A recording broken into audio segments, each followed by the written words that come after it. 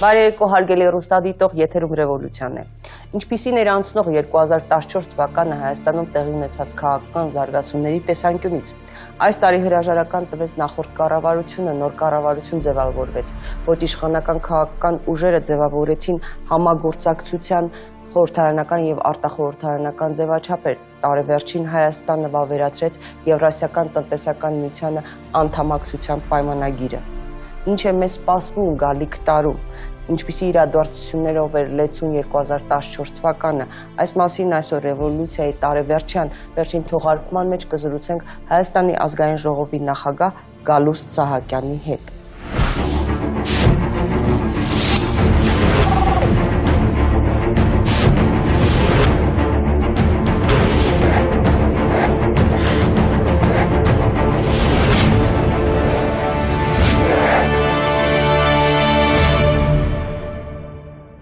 Գալուստ Գրիգորի Սահակյան, ազգային ժողովի նախագահ, ծնվել է 1948 թվականի ապրիլի 8-ին Երևանում, 1971 թվականին ավարտել է Երևանի պետական համալսարանը, բանասեր, 1970-ից 72 թվականներին աշխատել է Երևանի Մետաքսի կոմբինատում որպես փականագործ, 1972-ից 91 թվականներին դասավանդել է Երևանի թիվ 30 դպրոցում, եղել է թիվ 94 և թիվ 153 դպրոցներում տնօրենի տեղակալ, թիվ 3 և թիվ 185 դպրոցներում տնօրեն, 1991-ից 96 թվականներին Երևանի Մաշտոցի շրջխորհրդի գործկոմի նախագահի տեղակալ, 1995-ից 99 թվականներին ազգային ժողովի պատգամավոր, թիվ 32 ընտրատարածք, ազգային ժողովի գիտության, կրթության, մշակույթի և երիտասարդության հարցերի մշտական հանձնաժողովի անդամ, հանրապետություն խմբակցության, ապա երկրապահ պատգամավորական խմբի անդամ, 1999-ից 2003 թվականներին ազգային ժողովի պատգամավոր, համամասնական ընտրակարգ, միասնություն դաշինք, ազգային ժողովի գիտության, կրթության, մշակույթի և երիտասարդության հարցերի մշտական հանձնաժողովի նախագահի տեղակալ, միասնություն խմբակցության անդամ, ապա ղեկավար, 2003-ից 7 թվականներին ազգային ժողովի պատգամավոր, համամասնական ընտրակարգ, Հայաստանի Հանրապետական կուսակցություն, ազգային ժողովի պետական իրավական հարցերի մշտական հանձնաժողովի անդամ, Հայաստանի Հանրապետություն կուսակցության խմբակցության ղեկավար, 2007-ից 12 թվականներին ազգային ժողովի պատգամավոր, համամասնական ընտրակարգ, Հայաստանի Հանրապետական կուսակցություն, ազգային ժողովի պաշտպանության, ազգային անվտանգության և ներքին գործերի մշտական հանձնաժողովի անդամ, 2007-ից 8 թվականներին, Հայաստանի Հանրապետական կուսակցության խմբակցության ղեկավար, փոխնախագահ, գործադիր մարմնի և խորհրդի անդամ, 2012 թվականի մայիսի 6-ին ազգային ժողովի պատգամավոր է ընտրվել համամասնական ընտրակարգով Հայաստանի Հանրապետական կուսակցությունից, Հայաստանի Հանրապետական կուսակցության խմբակցության ղեկավար, 2012-ից 14 թվականներին, Հայաստանի Հանրապետական կուսակցության փոխնախագահ, գործադիր մարմնի և խորհրդի անդամ, 2014 թվականի ապրիլի 29-ին ընտրվել է ազգային ժողովի նախագահ, պարգևատրվել է Հայաստանի Հանրապետության ազգային ժողովի պատվո մեդալով, Վազգեն Սարգսյան մեդալով, Հայաստանի Հանրապետության վարչապետի հուշամեդալով, Յավորովի անվան թիվ 131 դպրոցի կրթօջախի պատվավոր անդամ հուշամեդալով, Մեսրոպ Մաշտոց մեդալով, Լեռնահայաստանի արծիվ ոսկե հուշամեդալով, Խաչատուր Աբովյան մեդալով, Ֆրիտյով Նանսեն ոսկե հուշամեդալով, Մխիթար Գոշ մեդալով։ Ամուսնացած է, ունի 2 որդի և 5 թոռնիկ։ Բարերեկո, պարոն Սահակյան։ Բարերեկո։ Պարոն Սահակյան, շատ շնորհակալ եմ, որ մեր հրավերն ընդունեցիք։ Այսպես մի հարց, երբ որ դուք ազգային ժողովի նախագահի պաշտոնում ընտրվեցիք անմիջապես կառավարության փոփոխությունից հետո, ազգային ժողովի ոչ իշխանական ուժերը, հատկապես Տիգրան Սարգսյանի հրաժարականը, որին հետո հաջորդեց Հովիկ Աբրահամյանի վարչապետի պաշտոնում նշանակվելը, այդ ուժերը իրենց էին վերագրում այդ հաջողությունը, որ իրենք կարողացան հասնել նրան, որ կառավարությունը հրաժարական տվեց, հատկապես Տիգրան Սարգսյանը։ Դուք այդ իրադարձություններից հետո դարձաք ազգային ժողովի նախագահ, որևէ պարտավորվածություն զգում եք այդ ոչ իշխանական ուժերի հանդեպ, ի վերջո, եթե նրանք ըստ իրենց չպահանջեին, չպայքարեին։ Դուք ճիշտ մեկնաբանեցիք, որ վերագրեցին իրենց, իսկ ընդհանուր առմամբ որպես ազգային ժողովի նախագահ եւ նախկինում է բոլորի նկատմամբ որոշակի պարտավորություններ ես ինձ մեջ ունեմ, քանի որ խորհրդարանը համատեղ որոշումների դաշտ է, քաղաքական քուրան է, եւ այդ պարտավորությունների շրջանակը հենց նա է, որ պիտի մարդկանց միավորես, քննարկես, վերլուծես, երկխոսություններ կազմակերպես եւ երկխոսես բոլորի հետ։ Դեռ կվերադառնանք, որքանով է հաջողվում այդ հանգստացնել, հանդարտեցնել, մեղմել երբեմն կոռեկտության որ իմաստով նկատի ունեք, օրինակ ոչ իշխանական ուժերի նկատմամբ ինչ պարտավորված ցանկացած խնդիր երբ առաջադրվում է, բնականաբար ես կարծում եմ, որ պիտի քննարկելի դառնա, անկախ նրանից, թե հետագայում ինչպիսի որոշում կլինի, քանի որ գիտակցում եմ, որ քաղաքական դաշտը մեկն է, պարզապես քաղաքական դաշտում կան տարբեր դերակատարներ։ Ուզում եմ ամեն ինչ քաղաքական դաշտում լուծումներ գտնի։ Պարոն Սահակյան, այնպես է ստացվել, որ մեր հաղորդման այս տարվա վերջին հաղորդման հյուրը դուք եք եւ կուզեի դուք ամփոփեիք քաղաքական տարին, ինչպիսի տարի էր։ Ասեմ հետեւյալը, որ շատ ակտիվ տարի էր եւ ես դա դրական եմ գնահատում եւ քաղաքական տեսակետից եւ ընդհանրապես մեր ներքի եւ արտաքին կյանքի իմաստով ակտիվ էին բոլոր քաղաքական ուժերը, որոշակիորեն նաեւ քաղաքական հանգամանքներ ստեղծվեցին, շատ դեպքերում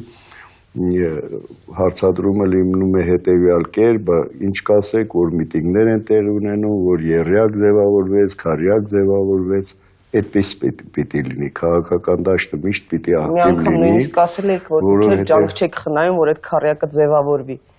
Այո, որովհետեւ ես միշտ էլ կողմնակից եմ, որ պիտի աջակից լինենք, որ լուրջ ընդդիմություն ունենանք երկրում, այդպես է կառավարման մոդելը։ Ասենք երբեմն ասում են, որ միտինգներ եղան, 10,000 հոգի հավաքվեցին, 3,000 հոգի հավաքվեցին, ինչ որ բաներ է սպասում։ Ես կարծում եմ, որ իշխանությունները իրենց հնարավորինս պիտի կատարեն, բնականաբար ընդդիմությունը նաև ոչ միայն թերությունները պիտի նշի, այլև նաև իր ցանկությունները պիտի արտահայտվի։ Այստեղ խնդիրը ինչու եմ ասում, որ լուրջ ընդդիմություն, որովհետև իշխանությունները եւ ընդդիմությունը պիտի երկրի համար ճիշտ դերակատարում ունենան, այսինքն ոչ թե հիմնականում բնական եմ նաև համարում, որ ցանկացած քաղաքական ուժ ցանկանում է իշխանության գալ, բայց ինչպես, այսինքն պիտի ընդգծված դերակատարում ունենա երկրի տարբեր խնդիրները լուծելու համար, այն ինչը չի կարող, չի տրված իշխանություններին ասելու, պիտի լրացնի անմիջապես ընդդիմությունը, եթե արտաքին քաղաքականությանն է վերաբերում։ Այսինքն, հա, Ես դասական մոդելն եմ այսպես ներկայացնում, իհարկե մեզանում այդպես չէ, դրա համար էլ միշտ հումորով է ասում, բայց յուրաքանչյուր հումորի մեջ լրջություն կա, որ ամեն ինչ պիտի անել, որ քառյակը ձևավորվի, բայց մինչև այսօր է կարծես թե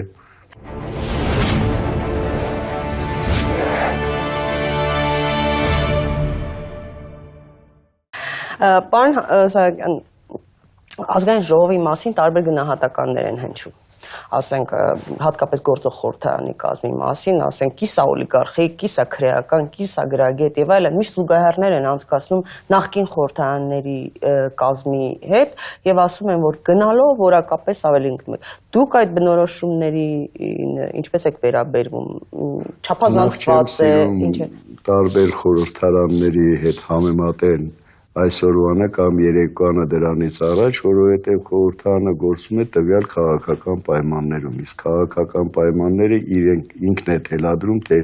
ինչպիսին լինի, պիտի լինի քաղաքական դաշտը եւ ինչ արդյունքներ է կանխատեսում։ Ինքը խորհրդարանը նույն հասարակության պատճեն է եւ դա այդպես էլ պիտի լինի։ Միայն այդ տարերից են բաղկացած չկան ավելի արժանավորներ։ Ես չեմ ուզում տարերի բաժանել, բայց տարբեր ներկայացուցիչներ կան եւ ասեմ հետեւյալը, որ յուրաքանչյուր падգամավոր կամ падգամավորների մեծ մասը իրենց ընտրազանգվածն ունեն, այնպես որ չի կարելի խորհրդարանին վիրավորել, որ մարդկանց վերագրել, որ հանցագործ աշխարհ, օլիգարխներ, այսպիսի բաժանումների ես դեմ եմ, որովհետև վերջին հաշվով նրանք ընտրվել են ժողովրդի կողմից։ Այլ բան է, որ մեկը 1000 ընտրող է ունեցել, մեկը 2000 ընտրող, այնուհանդերձ ժողովրդի քվեների արդյունքն է։ Քվեների թե ֆինանսների նաև։ Հենց նեղն ենք ընկնում, ուզում ենք ինչ-որ ձևով խոցելի դարձնել և իրականությանը և քաղաքական մեծամասնությանը, արդեն վերագրում ենք փողին։ Փողի շրջանառությունը կարող է բոլոր տեղերում էլ լինել, իսկ եթե փողի շրջանառություն կա, եթե վերագրում կա, պիտի վերագրեն բոլորին, իսկ եթե չկա, ուրեմն չկա ոչ մեկի մոտ։ Բայց այնուամենայնիվ այսօր ազգային ժողովում ավելի քան այս ազգային ժողովում լսում ենք, չնայած նախորդում էլ նույնիսկ ձեռնամարտի է հասել, հա, Փառք Աստծո, այս պարլամենտում կարծես թե այդպես չեղավ հրմշտոցներ, բռունցքների չհասավ, բայց այնուամենայնիվ շատ կոշտ, գրեհիկ արտահայտություններ են թույլ տալիս, որքանով է հաջողվում այդ որ կոչ եք անում, կոռեկտության անդադ կոչ եք անում։ Իմ խնդիրներից մեկը նա է, որ քննադատություն կամ խոսքը ավելի բարեկիրթ լինի, իսկ դա բավականին դժվարին գործ է եւ նաեւ մյուս կողմից շատ դյուրին գործ է։ Հենց այդ նպատակով էլ ասում եմ, որ ես պարտավորություն ունեմ բոլորի նկատմամբ եւ փորձում եմ լուծումներ տամ նաեւ այդ խնդիրներին։ Վերջին հաշվով խորհրդարանը բանավեճի հարթակ է եւ այդ բանավեճի ժամանակ հնարավոր է նաեւ ափերից դուրս գան պարլամենտը եւ դա յուրահատուկ չի միայն հայկական պարլամենտին, Քավլիցի ամբողջ հասարակությունը նաեւ տեղեկանում է այլ պարլամենտներում տեղի ունեցածի։ Ամենայն դեպս ես կարծում եմ ավելի այլ բառերով են եւ բռունցքներով եւ ամեն ինչով, բայց ես չեմ ուզում համեմատվել, որովհետեւ մեր քաղաքական, ազգային, պետական խնդիրները մի այլ հարթության վրա է գտնվում, մարդիկ պիտի կարողանան տրամաբանորեն մեկը մյուսին ընդունել, հարգել եւ խոսքի արժեքը իմանալ եւ արդյունքները։ Այդ տրամաբանությամբ ես փորձում եմ նաեւ իմ համոզիչ դերակատարումը ունենալ իմ գործունեության մեջ։ Պարոն Սահակյան, բայց չնայած այդ ամենին, տեսեք, ձեզ շատ դժվար է նաև հաջողվում պատգամավորներին թեկուզ հանրապետական կուսակցության բերել դահլիճ։ Բոլորս ենք դա տեսնում արդեն քանի տարի շարունակ, ոչ միայն ձեզ։ Շատ դժվար է։ Միայն ստացվում է իրենք քվորում ապահովելու ժամանակ, քվեարկությունների ժամանակ են գալիս, քննարկումներին հիմնականում դատարկ են։ Ասեմ հետևյալը, խորհրդարանական կյանքն է այդպիսին, բայց պարզապես իրոք նաև տեսանելի է, որ փորձում ենք ավելի շատ պատգամավորներ ներգրավենք, ըստ էության խորհրդարանի աշխատանքը, բուն աշխատանքը դա հանձնաժողովներն են։ Քաղաքական մեծամասնությունը, երբ օրենքներ են գալիս, տարբեր տիպի քննարկումների փուլ է անցնում։ Այնպես չի, որ հանձնաժողովներում մասնակցում են։ Հանձնաժողովներում մասնակցում են, բավականին առաջարկություններ են լինում, թե ընդդիմությունից, թե քաղաքական մեծամասնության կողմից փոփոխություններ են կատարվում նախագծում, այսինքն քաղաքական մեծամասնությունը արդեն պատրաստ է իր գնահատականներով արձանագրելու լիագումար նիստում այն ինչը որ ընդունել է միջև լիագումար նիստը։ Այստեղ պիտի խոսքը գնա հետևյալում, որ փաստորեն մասնավորապես վերջի շրջանում միայն հանրապետականի շարքում են պատգամավորները, երբեմն քիչ է մնում ասել, որ հարգելի հանրապետականներ, որովհետև ընդդիմությունը ընդհանրապես խուսափում է, գալիս է այն պահի, ոչ, բոյկոտը այլ բան է, պարզապես գալիս են հատուկ են պատգամավորներ, ովքեր փորձում են ներկայանալի դարձնել իրենց կարծիքը եւ տրամաբանորեն հասարակական դարձնել իրենց խոսքը։ Քարոզարշավ են անում։ Իսկ ինչ վերաբերում է պարլամենտի դահլիճը, որ պիտի լիքը լինի, այդպես չէ։ Պարլամենտում պիտի մասնակցի այն պատգամավորները, որոնք խնդիրներ ունեն վերջնական կամ բանաձևումներ տալու կամ առաջարկություններ տալու, բայց պարզապես որովհետև մեզ մոտ ի սկզբանե գնացել է, որ պատգամավորը պիտի դահլիճում լինի, փորձում եմ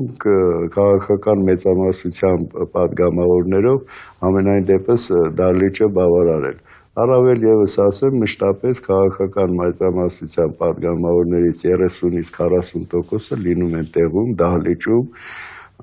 եւ խնդիրը հետեւյալում է, որ նույնիսկ քննարկելու բան չունեն, որովհետեւ արդեն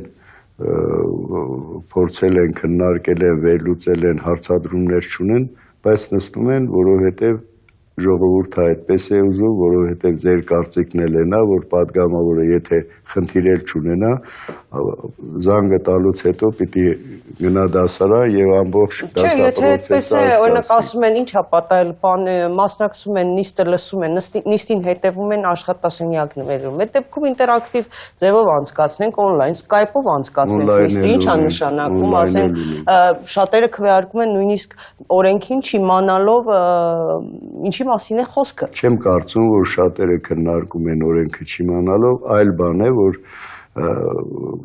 ինքը պատգամավորը իր մասնագիտությունն ունի եւ իր մասնագիտական կարողություններով ավելի հասկանալի է դարձնում այն օրենքների նախագծերը,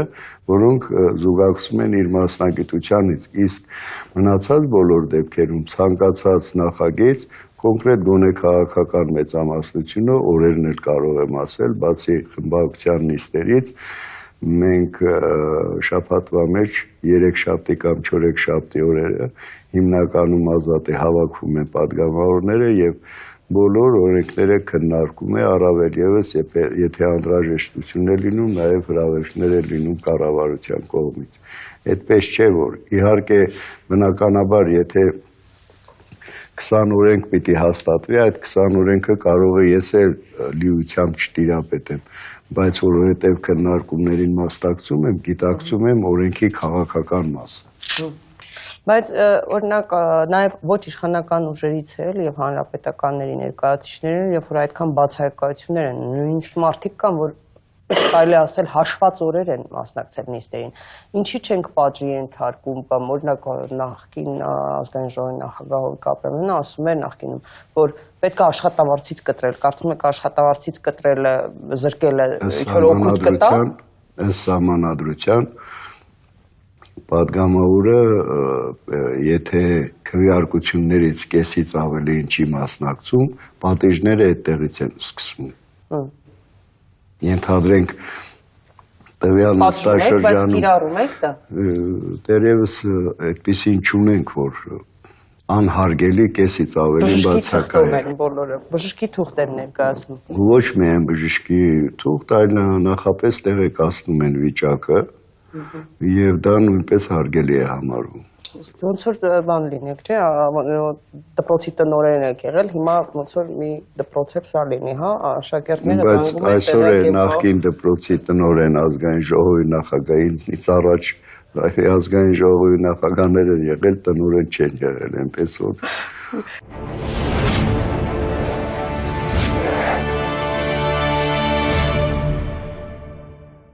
Պարոն Սահակյան, ձեր ցանկացած խոսք մի տեսակ բան է, հետո սկսում է թևավոր դառնալ, քննարկվել,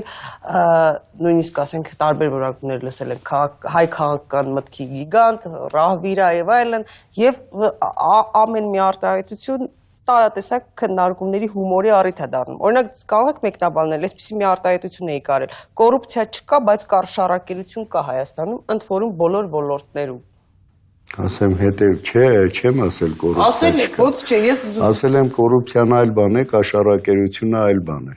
Այսինքն կոռուպցիան դա մեծածավալ այսպես հափշտակություններն են եւ պետական չինովնիկների մակարդակով է մշտապես որոշում, իսկ կաշառակերությունը, եթե փողոցային երթևեկության կանոնների, չգիտեմ, տեսուչնել է կանգնեցնում, եթե նրան դրամ է տալիս, սա համարվում է կաշառակերություն։ Այսինքն կոռուպցիան եւ կաշառակերությունը տարբերվում է մեզանում։ Կոռուպցիան ավելի մեծածավալ հանցագործություն է, իսկ կաշառակերությունը կարող է երկու անձերի պայմանավորվածության հիմունքով։ Բայց այդ ամեն ինչը միասին նաեւ կոռուպցիոն երևույթներն են։ Կոռուպցիան է, իհարկե։ Իհարկե կոռուպցիոն երևույթներ են, բայց կաշառակերությունը բուն կոռուպցիա չի։ Կոռուպցիայի ինչ որ որոշակի մասնիկ կարելի է համարել։ Ձեր պաշտոնավարության ժամանակ ազգային ժողովի նախագահի պաշտոնում ասում են, որ գործուղումների, պատգամավորական գործուղումների քանակը որոշակի կրճատվել է, ինչն է պատճառը։ Մենք գիտակցում ենք, որ արդեն բարեկամական խմբերի ճանաչողական այցերին պիտի վերջ տրվի։ Կոնկրետ խնդիրներ պիտի ունենանք, երբ բարեկամական խումբը այցելում է այլ պետություն կամ այնտեղից են գալիս, այդ խնդիրները պիտի ներկայացնի։ Եթե մենք չունենք տվյալ պետության մեջ պատրաստ չենք որոշակի մեր խնդիրների մասին խոսել, դա կնշանակի այսպես տուրիստական երթ ինչ-որ մի պետություն։ Այդ պատճառով էլ կրճատվել են, առավել ևս ես չեմ կարծում, որ հարիր է, որ քառօրյաների ընթացքում բարեկամական խմբերը գնան այլ երկրներ, որովհետև ազգային ժողովի բուն գործառույթը հենց ինքը ազգային ժողովն է։ Թե քվորում կարող է չլինի բացակայությունների պատճառով։ Գիտեք, երբեմն այդպես էլ կլինի։ Գիտեք, մի քանի տարիներ առաջ մոդելներ այսպես ներկայացվեց, մենք կարող ենք կանոնակարգ օրենքում փոխել քվեարկության կարգը եւ այդ բոլոր խնդիրները լուծելի կդառնա, բայց մենք չենք փոխում դա, այսինքն եթե բուն խնդիրը լինի միայն քվորումը, կարելի է տարբեր պետություններում տարբեր մոդելներ կան։ Այս դեպքում, երբ որ նույն օրինաց երկիրն էլ արդեն հանրապետականի հետ, այսպես ասած, գոնե պարլամենտում չի համագործակցում, 5-1-ի դեմ է ստացվում եւ շատ կարեւոր է ներկայությունը։ Ես կարծում եմ, որ մեզ համար 66 եւ ավելին բավարարելը այդպես ծանր գործ չէ, որովհետեւ 70 եւ ավելի պատգամավորներ ունենք։ Պարոն Սահակյան, ձեր աշխատակազմի մասին բազմիցս գրվել է, որ շատ ուռճացված է, այդքան 10-ից ավելի մոտ 20 ռեֆերենտներ, խորհրդականներ, ինչ եք անում այդքան։ Ասենք օրինակ տարբեր պատգամավորների երեխաներին եք տեղավորել աշխատանքի, ինչ են անում այդքան մարդ ձեզ, ինչ խորհուրդներ են տալիս։ Դեռևս ես որևէ մեկին աշխատանքի չեմ տեղավորել, ինչ ազգային ժողովի նախագահ։ Ժառանգություն եք ստացել։ Առավել ևս ես չեմ համարում, որ ռեֆերենտներ պիտի չլինեն, օգնականներ պիտի չլինեն, առավել ևս ես կոնկրետ ունեմ նաև օգնականների հաստիկներ, որոնք այսօր չեն օգտագործվում, երբ անհրաժեշտ կլինի կօգտագործվի, եթե չէ, ուրեմն մարդ չի ընդունվի։ Բայց հսկայական բյուջե է կազմում տարեկան կտրվածքով, միգուցե թեկուզ այս սոցիալ-տնտեսական վիճակում կրճատվի։ Բյուջեն ըստ էության ամենաթույլ բյուջեն է համարվում եւ մեր երկրի ներսում եւ եթե ցանկացած խորհրդարանից մի քանի անգամ պակաս բյուջե ունենք մենք դե ում հետ համեմատած եթե ուրիշ երկրների զարգացած երկրների հետ համեմատենք վարչությունները ամեն վարչություններում 10-15 հոգի մասնագետներ են աշխատում այնպես չի որ այդպես ուռճացած է բայց ես նաեւ հետեւյալ կարծիքին եմ որ եթե նոր ընտրություններից հետո լինի, կարելի է այդ մասին մտածել։ Այսինքն նաև խնդիրը հետևյալն է, որ մարդիկ այսօր աշխատում են, սովորաբար ասում են ուռճացած իշխանություն, ուռճացած աշխատատեղեր, դրանք աշխատատեղեր են, մարդիկ արդեն աշխատում են, ես չեմ կարծում, որ հիմնականում ոչինչ չեն անում, պարոն Սահակյան, հիմնականում ես կարող եմ թվարկել, թե ով ինչով է։ կան այդքան վերջին։ Բոլոր վարչությունները աշխատում են, բոլոր իրենց տեղերում են, այնպես չի, որ չեն աշխատում։ Եթե չաշխատեին, այդ հսկայական ծավալ գործը առաջ չէր գնա, բայց ես էլ եմ կարծում, որ կարելի է կրճատումներ անել, բայց այս պահին կրճատումներ անելը կարծում եմ դա դրական քայլ չի լինի, մանավանդ մարդիկ աշխատում են եւ պարտաճանաչ աշխատանքի են ներկայանում։ Իսկ ճիշտ է որ հիմա նաեւ մի կենտրոն եք ուզում ստեղծել ինչ որ 50 հոգանոց աշխատակազմով, տնտեսական վերլուծություններով պետք է զբաղվի ազգային ժողովում, նույնիսկ կատակում են ասում են արդեն падգամավորների թորների համար են աշխատատեղ ստեղծում, այդպիսի կենտրոն ստեղծելու գաղափար կա։ Նրանք բոլորը հերյուրանքներ են, ընդամենը ստեղծում ենք, որ ամբողջ աշխարհում ունեն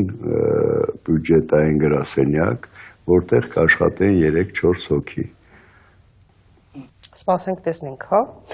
Պարոն Սահակյան, Սահմանադրական փոփոխությունների մասին է խոսվում, որին Սերժ Սարգսյանը ասաց հայեցակարգին, արդեն ներկայացվել է հայեցակարգը փետրվար-մարտ ամիսներին կանդրադառնա։ Ձեր կարծիքով հիմա առավել եւս որ արդեն խորհրդարանի ղեկավար եք, նախագահն եք, որքանով է արդարացված խորհրդարանական կառավարման մոդելին անցնելը։ Գիտեք, կառավարման մոդելների արդարացումը տվյալ պետության ներսում քաղաքական իրավիճակների եւ քաղաքական պրոցեսների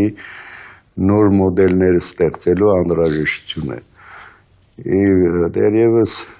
90-ական թվականներից 95-ից ավելի շատ, 99-ից եւս շատ հիմնական քաղաքական ուժերը կողմնակից են խորհրդարանական կառավարման ձևին։ Մեր դեպքում ո՞րն է արդյունավետ ձեր կարծիքով։ Արդյունավետը կարծում եմ այն հայեցակարգը, որ ներկայացվել է եւ փաստաթուղթը կստեղծվի, ես կարծում եմ, որ մենք կարողացել ենք երկու սահմանադրություններով բարեփոխումների մի մեծածավալ աշխատանք կատարել, ընդհանրապես կառավարման պրոցեսների իշխանությունների կառավարման բարեփոխումների ծրագրեր ստեղծելով, իսկ դա շատ բարդ բան է։ Դուք գիշեք 90-ական թվականներին, երբ նոր ժամանակներ էին, անկախ Հայաստան էր, հիմնական քաղաքական ուժերը կառավարման փորձ չունեին եւ շատ խնդիրներ չէին լուծում հենց դրա հետևանքով։ Այսօր մենք ունենք արդեն եւ ենթակառուցվածքներ եւ կառավարման փորձ։ Այսօր արդեն պիտի աշխատել համախումբ ձևով եւ մարդակենտրոն դարձնել ամբողջ իշխանությունների գործունեությունը։ Հիմա հարց կտակ ինչ է այն ժամանակ մարդակենտրոն չէր, այն ժամանակ էլ էր մարդակենտրոն, բայց չունեինք համապատասխան երաշխավորված կառույցներ։ Այսօր բավականին լավ ենք տիրապետում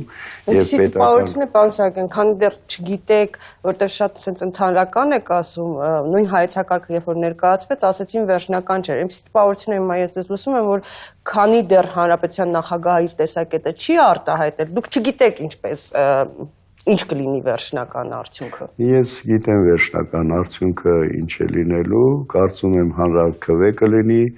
եւ սահմանադրությունը կդրվի ժողովրդին խորհրդարանական։ Ներկայացված մոդելը, որը ներկայացված մոդելը խորհրդարանական։ Իսկ օրինակ որ Բարգավաճ Հայաստանը, ՀԱԿ-ը, Ժառանգությունը բոլորը ասում են, որ դա թույլ չեն տա, նույնիսկ ասում են չենք էլ կարդալու այդ հայեցակարգը, բոլորը դեմ են։ Ինչ է կարծում, իրադարձությունները ինչպես կզարգանան, անկախ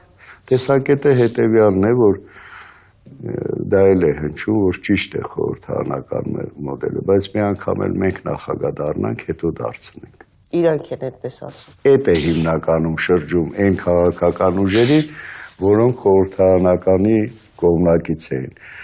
Ժառանգությունը մոլի, Բարգավաճը նույնպես, Դաշնակցությունը նույնպես։ Իրենց ծրագրերը թողնենք մի կողմ, ծրագրերում շատ բան էին գրել, ոչ մեկ չի համոզվում։ Կուսակցությունները իրենց գաղափարախոսությամբ եւ ծրագրերով են առաջ գործում։ Ով ասեց, ընդհանրապես պետք է այդպես լինի, բայց մեզ մոտ այդպես չի։ Բանից պարզվում է, որ այդպես չի։ Համենայն դեպս մեզ մոտ այդպես է, ինչը որ ծրագրում ենք, այդ ճանապարհով էլ գնում ենք։ Հա, բայց հիմա իրենք թեև ասենք կողմ էին օրինակ նույնը այդ մոդելին կամ ասենք թե որ համամասնական ընտրակարգով միայն լինի, հա, ընտրությունները, բայց իրենք շեղվել են։ Հիմա ասում են մենք ընդհանրապես դեմ ենք որևէ փոփոխությունների, ոնց եք բերելու։ Ասում են միայնակ եք անցկացնում։ Թող նույնը, ինչի միայնակ։ Դաշնակցության հետ, վերջին հաշվով հանրաքվեում իր քվեն տալիս է ժողովուրդը, ոչ թե առանձին կուսակցություններ։ Պարոն Սարգսյան, իսկ ո՞նց եք ժողովրդին բացատրելու այս ժողովուրդը հիմա այս պայմաններում սոցիալական, տնտեսական, առավել եւս այս կրիզիսային պայմաններում ո՞նց եք բացատրելու, ես դա եմ ուզում հասկանամ, հանրապետականները, հատկապես իշխող ուժը, քաղաքական ուժը, որ գիտես ինչ, հայ ժողովուրդ, քո վիճակը ավելի կլավանա, եթե անցնենք, ասենք, խորհրդարանական կառավարման մոդելի, որ ինչի պիտի, այսինքն ակտիվություն ցուցաբերի, մասնակցի իր կյանքին։ Նախ վիճակը լավանալու շատ գործոններ կա, դրանցից մեկն է լավ կառավարելն է ընդամենը, եւ բացի դրանից հանրապետական այդ հնարավորությունը ունի, որովհետեւ միակ կուսակցությունն է, որ ամբողջ Հայաստանի տարածքում իր գրասենյակներն ունի, իր կառույցներն ունի, եթե գրասենյակ էլ չունի, եւ այդպես չի ընտրությունից ընտրություն շտաբներ բացի կամ գրասենյակ։ Անընդհատական process է։ Մենք այսօր էլ ենք աշխատում, անընդհատ աշխատում ենք ժողովրդի հետ։ Ու կարծում եք ժողովրդին հիմա դա պետք է։ Այսպես բնութագրեմ։ Եթե կառավարման մոդել է փոփոխում եւ երաշխիքները ճիշտ է ներկայացնում, ասենք իշխանությունների կատարյալ տարանջատման մեխանիզմներին է վերաբերում, մարդու իրավունքների բաժնին է վերաբերում, ազատ խոսքին է վերաբերում, կոլեգիալ որոշումներ կատարելու հանգույցներին է վերաբերում։ Այս բոլորը պիտի ընդամենը ժողովրդին մատուցվում է եւ նորից մատուցվելու է։ Եթե ուզում եք ավելի հասկանալի ասեմ, իհարկե դրամաբանորեն մի պահ էլ ասում են ժողովուրդը չի ուզում։ Ես չեմ կարծում, որ որևէ պետության մեջ ժողովուրդը ուզում է դա, թե չի ուզում։ Ընդամենը ժողովուրդը ուզում է լավ կառավարման մոդել։ Իսկ մենք ներկայացնում ենք որպես լավ կառավարման մոդել։ Ընդ որում ասեմ, ես կարծում եմ, որ այս նախագահական մոդելը քաղաքական մեր նման ուժի համար, եթե լոկ կուսակցական նեղ շահերով ենք նայում, շատ ձեռնատու է։ Բայց երբ նայում ենք ոչ թե պետական, այսպես մտածողությամբ, ընդհանուր շահերի մտածողությամբ, կարծում ենք, որ փոփոխություն պիտի լինի։ Ոչ իշխանական ուժերը խոստանում են 2015-ին ակտիվ հանրահավաքային գործունեություն, կուսակցությունների ակտիվ գրասենյակների ակտիվ աշխատանք, զանգվածային միջոցառումներ եւ դրանց միջոցով իշխանափոխություն։ Ինչքանով է դա հնարավոր։ Ասեմ հետեւյալը, մեզանում սովորաբար իշխանափոխությունը երբ ընտրություններով չի կատարում, այդ ճանապարհով է կատարվում։ Դա ժողովուրդն է ոտքի կանգնում, իսկ կուսակցությունները ուղղորդում են։ Մեր մոտ հակառակն է։ Կուսակցությունները երբ որ խնդիր են ունենում, սկսում են արդեն խոսել, որ վատ ապրող ազատամարտիկ կա, սոցիալական իրավիճակը վատ է, այսինքն գնում են այն ճանապարհով, որ արհեստական ժողովրդին ոտքի կանգնեցնեն, իսկ ինչ արհեստականը բնականաբար ճանապարհ չունի։ Իսկ ինչի կհասնեն, իրենց նպատակը ընդհանրապես եւ երբևէ կարող եք պատկերացնել, որ Հայ ազգային կոնգրես օրինակ եւ Բարգավաճ Հայաստանը կարող են հանդես գալ միացյալ կարգավիճակում, Ես չեմ կարծում, որ կարելի է Հայ ազգային կոնգրեսի դնել Բարգավաճի կողքը։ Բարգավաճը ուժեղ կարծում եմ, որ նա իրանք իրար դրել են կուսակցություն է, դե խնդիրը հետեւյալում է, հզոր ուժ է, հզոր լիդեր ունի, բավականին Բարգավաճ Հայաստանը վերջին ոչ, նա ընդամենը ինձ թվում է ձեռնատու է ընդհանրապես որոշակի մասնակցություն ունենա, ինչ որ ձևով դիրքերը ապահովելու համար։ Ինչ դիրքեր, ինչու՞։ Այստեղ որպեսզի նորից քաղաքականության մեջ մնա, որպեսզի ինչ որ ձևով Իսկ ասում են, որ Բարգավաճ Հայաստանն է փորձում ընդդիմության լիդերի դերակատարում վերցնել, նրանց օգտագործելով։ Ես իհարկե դրան էլ չեմ հավատում, բայց ինչու պիտի Բարգավաճ Հայաստանը լիդերի տեղ չօգտագործվի։ Բարգավաճ Հայաստանը միտինգ է անում, հայտարարում է քարյակի կամ եռյակի միտինգ։ Բարգավաճ Հայաստանը գործողություններ է կատարում, համարվում է եռյակի գործողություններ։ Փող է ծախսում, չեն ծախսում, ամեն ինչ անում, հա։ Ինչի՞ միայն, ես չեմ կարծում փող ծախսելով է։ Նա ունի նաև ընտրազանգված, որին կարողանում է տիրապետել։ Մի տեսակ էսպես տվարություն է, որ Հանրապետականն ու Բարգավաճ Հայաստանը ինչ-որ հարցերում լեզու են գտել, ճիշտ եմ հասկանում։ Ես կոնկրետ եթե ինձ է վերաբերում, ես բոլորի հետ էլ պատրաստ եմ լեզու գտել, բայց այն շրջանակում… Չէ, այսինքն այս հակամարտությունները, այդ հարցերը, որ հակամարտության առիթ էին դարձել, Հանրապետականը սովորական փոխհարաբերություններում, սովորական կյանքում բոլորի հետ էլ կարծում եմ շատ դրական փոխհարաբերություններ ունի։ Մեզանում առանձնանում է քաղաքական դաշտը, սկզբունքները, գաղափարական պայքարը եւ սովորական կյանքը լրիվ տարբեր են լինում։ Մի ընտանիքում էլ կարող են տարբեր հայացքներ ունենան կամ տարբեր բնավորություններ ունենան, բայց միևնույն է ընտանիքը։ Այս ընտանիքում հիմա կարող է նորից ամուսնություններ տեղի ունենան, ասենք նորից կամ համալրում լինի որևէ ձևով, Բարգավաճը նորից գտնի կոալիցիա կազմի, Բարգավաճ դաշնակցությունը հիմնարար ինչ-որ այդպես բան հնարավոր։ Յուրաքանչյուր նման գործողության համար քաղաքական պայմանների անհրաժեշտություն կա։ Այսօր այդ քաղաքական պայմանը դեռևս չկա։ Քաղաքական իրավիճակները կարող են, այսինքն չեն լինում բացարձակ բարեկամներ եւ բացարձակ հակառակորդներ քաղաքականության մեջ։ Ինքը քաղաքականությունը թելադրում է քաղաքական ուժերին ոչ ճանապարհով գնա։ Իհարկե խելամիտ քաղաքական։ Բա ժողովուրդ, բա հասարակություն, բան երկրի բարեկեցություն, ասում եք դա բան։ Հենց այդ քաղաքական ուժերի մեջ կարծում են հարևան պետությունների քաղաքացիները չեն, մեր ժողովուրդն են էլի, չէ՞։ Պարոն Սահակյան, քանի որ տարին ամփոփեցինք, ուզում եմ ամանորին ընդառաջ ձեր բարեմաղթանքները եւ կանխատեսումներ, որտեղ դուք կանխատեսումներ երբեմն որ անում եք, երբեմն կատարվում են։ Ինչը սպասվում 2015 թվականին։ Միշտ է կատարվում իհարկե, բայց փորձեմ այնպիսի բան ասեմ, որ ավելի սպասվում 15 թվականին։ Ես կարծում եմ նախ ցանկանում եմ ժողովրդին նախ ամենակարևորը վճռականություն եւ միշտ կարողանա խոչընդոտները հաղթահարել։ Պիտի ժողովրդին պարզ շիտակ ասել։ Մենք դեռևս չենք կարող եվրոպացու պես ապրել։ Մենք բավականին լուրջ խնդիրներ ունենք լուծելու եւ պետական եւ ազգային։ Մենք պիտի դեռևս պայքարենք։ Իսկ այդ պայքարի համար պիտի ժողովուրդը անորոշությունից դուրս գա, ավելի ուժեղ լինի։ Ոնց դուրս գա։ Ինչպես դուրս գա։ Պիտի իր հայրենասիրությունը, իր հայրենիքը, իր մոտեցումները եւ կարծում եմ այդպես էլ կա։ Մեր անկախ Հայաստանի բայց ես եմ ժողովուրդ, դուք էլ եք ժողովուրդ։ Նախ անկախ Հայաստանի ամենամեծ ձեռքբերումը ապացուցվեց։ Մենք ունենք բավականին ուժեղ սերունդ երիտասարդություն։ Օգոստոսը այս տարվա դա ցույց տվեց։ Այսինքն սա ամենամեծ ձեռքբերումն է։ Օգոստոսը ինչ նկատի դեմ եմ շարժում։ Ոչ։ Ադրբեջանի կողմից այնպես որ այդպես մի մտածեք, որ ժողովրդի վրա են գցում։ Մենք ունենք հասարակություն, նոր սերունդ ունենք, որը ավելի վճռական է, որը պայքարում է եւ իր այսօրվա համար եւ ապագայի համար։ Այնպես որ ասում եք ինչ որ բան գուշակեմ, հետեւյալն ասեմ։ Ինչ է մեզ սպասվում։ Մեկ հանգամանք կա։ Այսօր մենք մեծ հնարավորություն ունենք։ Եվրասիական տնտեսական միություն մտնելը մեզ հնարավորություն է ընդհանրապես տալիս։ Եթե ժողովուրդը աշխատի, եթե մարդիկ աշխատեն, եթե բիզնեսը աշխատի, բնականաբար աշխատատեղերի ավելցուկ կունենանք։ Եվ ես կարծում եմ, որ իրոք աշխատատեղեր են ունենալու եւ հնարավորություններ է ստեղծվելու ժողովրդի մի որոշակի զանգվածի ապահովելու